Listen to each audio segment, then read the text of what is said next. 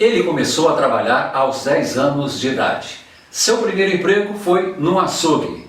De entregador de carnes a palestrante, trabalhou em empresa de exportação de gados. Foi auxiliar do CIF, Serviço de Inspeção Federal. Durante 25 anos foi proprietário de casas de carnes. Também foi gerente de abate em frigoríficos.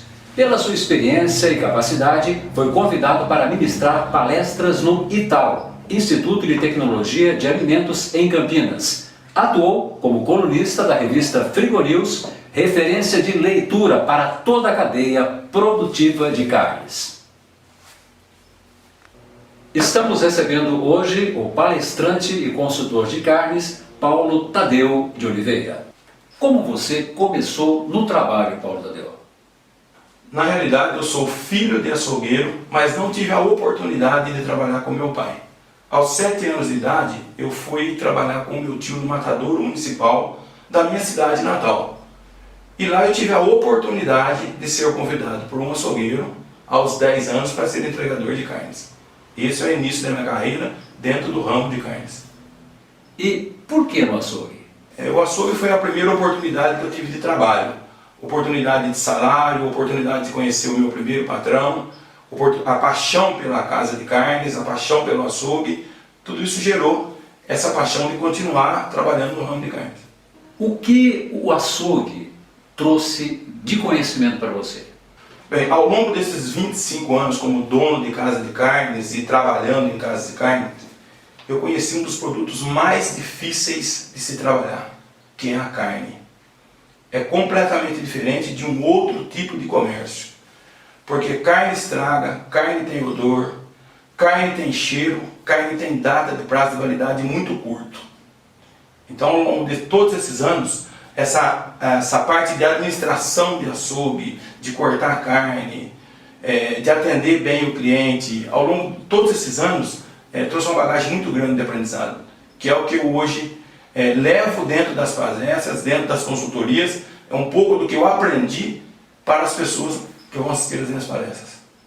Como e quando você conseguiu ter o seu primeiro açougue?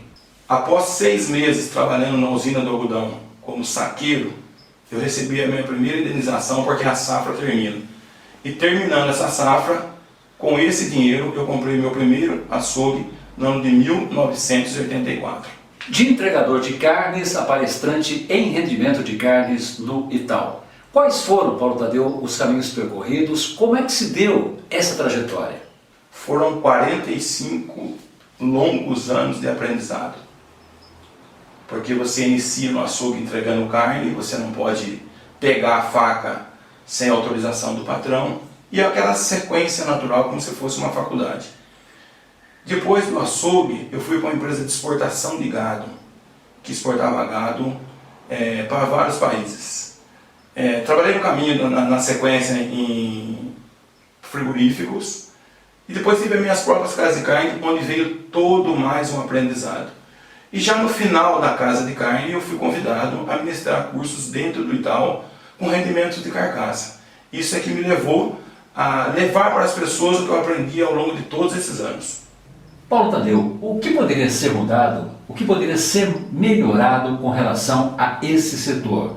Quais os erros mais comuns que os varejistas ainda insistem em relação à operação de carnes? Bom, melhorar na qualidade de carne, os erros que eu mais constato hoje quando eu visito um mercado ou quando eu estou dentro do mercado com um consumidor comum, tudo que tem de máquina, de evolução, a rede de mercado consegue comprar. Ela só não consegue comprar o material humano. Esse não está à disposição em nenhuma fábrica e não pode ser financiado. Esse precisa ser treinado. 90% das empresas hoje não treinam o material humano para o atendimento das pessoas. Esse é o maior erro que eu vejo em todos os setores. Mas na carne hoje 90% das pessoas não têm treinamento. As empresas das casas de carnes não investem em treinamento. Então quando chega na carne, ela precisa ser bem manuseada, o atendimento precisa ser bem feito, mas esse treinamento ainda não tem, porque as casas de carne não acreditam nesse treinamento.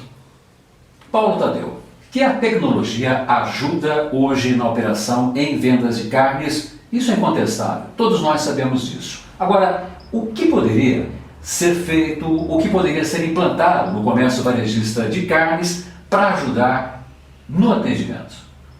Ao meu ver, a grande dificuldade do setor de carnes hoje está na mão de obra. Segundo estatísticas, no ano de 2013, faltavam 10 mil profissionais na área de carne, dentro dos açougues e das casas de carne.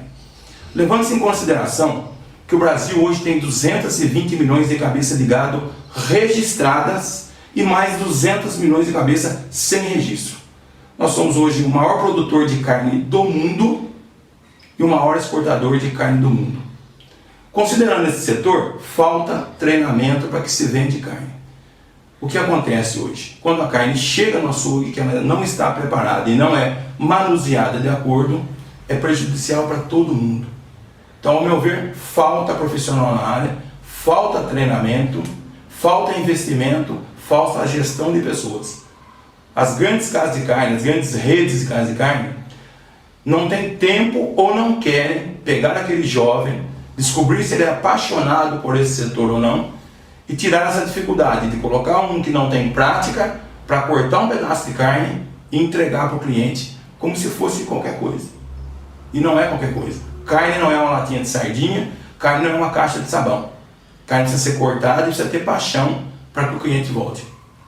Paulo Tadeu, muito se fala hoje em qualidade de carnes. Esse assunto hoje é muito discutido. Eu gostaria de saber a sua opinião, a sua análise sobre a qualidade de carnes no Brasil hoje, Paulo. Nós falamos muito em qualidade, porque qualidade e preço baixo não caminham junto em nenhum setor. Na carne, pior ainda. Porque você não contrata um profissional com preço baixo. Existe qualidade e preço justo. Quando você vai ao mercado, você compra uma latinha ou uma determinada marca de massa de tomate, uma determinada marca de sabão em pó, você sabe qual é o melhor. Mas você não consegue saber qual é a qualidade da carne. Porque na carne existe um submundo da carne. Então, a dica que eu dou é que quando você for ao mercado, transfira essa responsabilidade para o açougueiro. Ele tem a obrigação de conhecer a carne que está vendendo. E fale para ele. Se a carne for ruim, você muda de açougue. Como você analisa a qualidade de carnes no Brasil hoje? Bom, hoje nós temos uma qualidade de carne incontestável. Porque há 30 anos atrás, um boi demorava em média de 5 a 6 anos para ficar pronto para ir para o abate. Hoje nós temos um boi pronto de 20 a 24 meses. E o Brasil hoje é premiado com uma raça de boi fenomenal, que é a Red Angus. Ela tem um preço diferenciado, mas ela tem uma qualidade diferenciada. Então todo esse produto, esse boi, é porque carne boa é sinônimo de animal bom. Essa qualidade de 20 meses leva uma qualidade de carne excelente, de maciez, de textura, de camada de gordura. Então eu vejo que ao longo dessas últimas 3 décadas a carne melhorou e muito. E vem coisas melhores para ele. A sua opinião, Paulo Tadeu, em relação ao número de micro e pequenas empresas que no Brasil encerram as suas atividades em menos de 3 anos. Por que, Paulo Tadeu, isso acontece? Infelizmente, a falta de informação leva a números assustadores. De 2010 a 2014, 434 mil firmas ou pequenas empresas fecharam no Brasil em 3 anos. 50% dessas empresas fecharam. Por que fecham? Porque falta conhecimento, falta planejamento para buscar quando você quer a empresa. Normalmente, vamos falar do ramo de carne, o funcionário é açougueiro. De repente ele acha que o patrão dele vende muita carne, ele faz um cálculo rapidinho de quanto o patrão vende e quanto o patrão ganha. Ele só não faz o cálculo de quanto o patrão gasta. Aí ele, com o nome limpo, a ideia dele, ele fala: eu vou abrir um açougue que eu também vou alcançar esses números. O sonho vira pesadelo, porque falta capacidade profissional de administração. Ele sabe cortar carne, mas ele não sabe administrar. Falta planejamento, falta buscar ideias. Hoje nós temos o Sebrae, que pode ajudar a pessoa em muito a abrir ou não abrir a firma, dar esse passo ou não dar esse passo. Desses 50% dessas 434 mil empresas que fecharam no Brasil em 4 anos, faltou planejamento para seguir o passo. Porque hoje, para você ter um carrinho de pipoca, para você ter uma mercearia, para você ter um mercado, tem que ter planejamento. Não se dá para abrir só com a sua ideia. Aí eu vou abrir e vou ganhar dinheiro. Nós estamos em 2015, super difícil. As pessoas hoje estão retraídas. E quando você perde a venda, de que forma você vai buscar? Se você perdeu a receita, de que forma você vai sobreviver? Bom, você iniciou num ramo, e aí você vai no banco, com certeza é o seu primeiro passo para buscar esse recurso. E com 4 meses, 5 meses, você ainda está movimentando uma certa quantidade de dinheiro. O banco então aumenta o seu limite para que você passe o seu credor. Junto com aumentar o seu limite, vem um seguro de vida, um seguro de família, um seguro do carro, porque o gerente coloca isso garganta abaixo. Ele acaba de jogar pá de cal em cima do seu túmulo. Você não consegue mais, porque o banco vira seu sócio sem trabalhar. No decorrer dessa entrevista eu tenho notado, Paulo Tadeu, que você fala muito sobre amadorismo e profissionalismo. Por quê? Bom, hoje, em todos os lugares que eu vou, como eu trabalho nisso, como eu levo essa ideia, eu percebo amadorismo em muitos dos setores. Nós vamos falar do ramo de carne, vamos falar do açougueiro. Do açougueiro amador. Ele sabe que o horário dele é às 7 horas da manhã para ele entrar. Ele consegue chegar 6:45. Ele não consegue chegar antes, para se preparar antes, para fazer um bom atendimento. O horário dele de sair do almoço é às 11 horas. Aí ele está pronto para ir embora às 10:30. Ele consegue antecipar meia hora antes. Ao retornar depois de 2 horas do almoço, que seria 1 hora, ele consegue chegar 1 minuto para 1. E às 5 horas, a hora dele ir embora, ele consegue ficar pronto às 4:30. Se você perceber esse tempo, então 1h30 ele deixou de produzir para a empresa. Mas ele cobra que a empresa pague ele no dia. Mas ele não se doa para ajudar a empresa a ganhar dinheiro, para buscar recursos.